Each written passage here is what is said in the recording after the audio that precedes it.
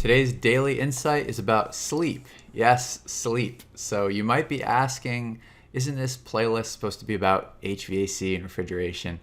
Well, yes, it is. And perhaps you weren't looking for a holistic approach to exam prep. But over the last few years, I've served thousands of candidates, and I've noticed that a lot of our conversations are not always about finding the coefficient of performance. A lot of times it has become about a variety of lifestyle factors that may or may not be supporting your goals. And, going for your PE is obviously a big goal. So if there are things that you can do outside of the realm of just studying to set you up for success, I think those are worth looking at. And, if you're not interested in these sort of lifestyle insights, then you can just skip the next 10 videos, or you can maybe take and use bits and pieces of them and disregard the rest if there are aspects that just won't make sense for you.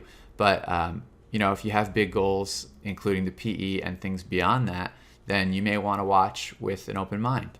So sleep, I started with this quote from Jocko just so that we could kind of kick things off with a bit of tough love. And if you're not familiar with Jocko, he's a former Navy SEAL turned author and podcaster. He's a pretty intense guy. And one of my favorites from him is this 6-minute clip. You can find it on YouTube from his field manual called Sleep.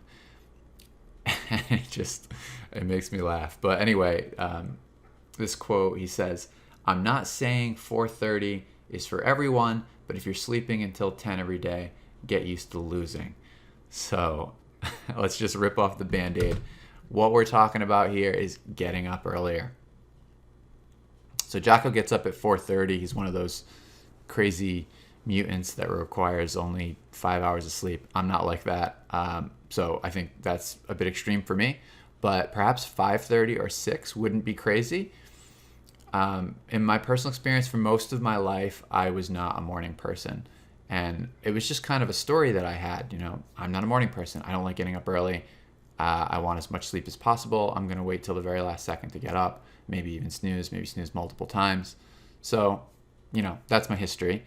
And then I decided to just do this experiment because I like doing experiments and seeing what happens. I said, I'm going to get up at 5:30 for 30 days. And I never looked back. I really cherish the mornings. I think it's when I get my best work done. It's when I have my clearest thinking. And after an adjustment period of about 10 days, I found that I was more fresh and focused in the morning. So, once you've had a productive morning on a given day, you want to keep that going. And I think that's gaining that momentum and committing to it for a number of weeks is what made me want to just continue after the experiment. So what's the impact of that? Well, you have more time. One of the most common complaints that I get from candidates is, I don't have enough time to study. Well, unfortunately, that's a problem that isn't going anywhere. Everyone gets 24 hours in the day. So the challenge is, how do we make the best of the time that we have? Well, what's beautiful about the morning is no one's around to interrupt you. Our work environments these days are generally they have a high degree of collaboration, which is a nice way of saying we work in interruption machines. And that's good for companies because it increases the rate at which information can travel and decisions can be made. And it's not necessarily unpleasant for employees. I like personally working closely with people and having that interaction throughout the day. But if you have a singular goal like studying, then you just need long stretches of time to concentrate. And the only way to do that is to eliminate the interruptions. So how do you do it? Got to get up at the same time every day, even the weekends. So pick a time that works for you. I use 5:30. If you're ambitious, you can go for 5 or 4:30 if you want to be like Jocko. If you think that's a bit aggressive, maybe you go for 6 or 6:30. And maybe you're already getting up at that time because you have to and you have a long commute. So if you're going to create any more time, you're going to have to get up earlier still. And, maybe that's not practical. So you have to decide what's reasonable. But once you set it in motion, you want to do the same thing every day because you're regulating your circadian rhythm. And that helps create hormonal balance, which also helps with maintaining mood and energy and even weight loss if that's something that you're interested in. And we'll talk a little bit more about that under diet and nutrition. So once we establish that, the next thing we want to do is we want to lock in your study window. So the best case scenario is just to use the additional time in the morning to study. That would be the obvious play. But if you have weekend chores and social obligations and other things that you need to attend to, you could do those in the morning and create a sacred study window in the evenings, whatever is going to make more sense for your schedule. So we're going to figure out how much sleep you need. And once we find that number, hopefully you're waking up feeling refreshed and possibly without an alarm clock. Now, I'm not there yet. That is an aspiration of mine. But the idea would be set your wake up time. That's not negotiable. And then get up early, go to bed earlier and earlier until you are getting a sufficient amount of sleep on a regular basis. So that is the next insight. If you're going to get enough sleep, you have to go to bed earlier. I don't think I have to explain that math to a group of engineers, but I think the pushback here is, hey, I work hard all day and the night is my time to relax and enjoy and do what I want to do. Sure, I agree, and it should be that way.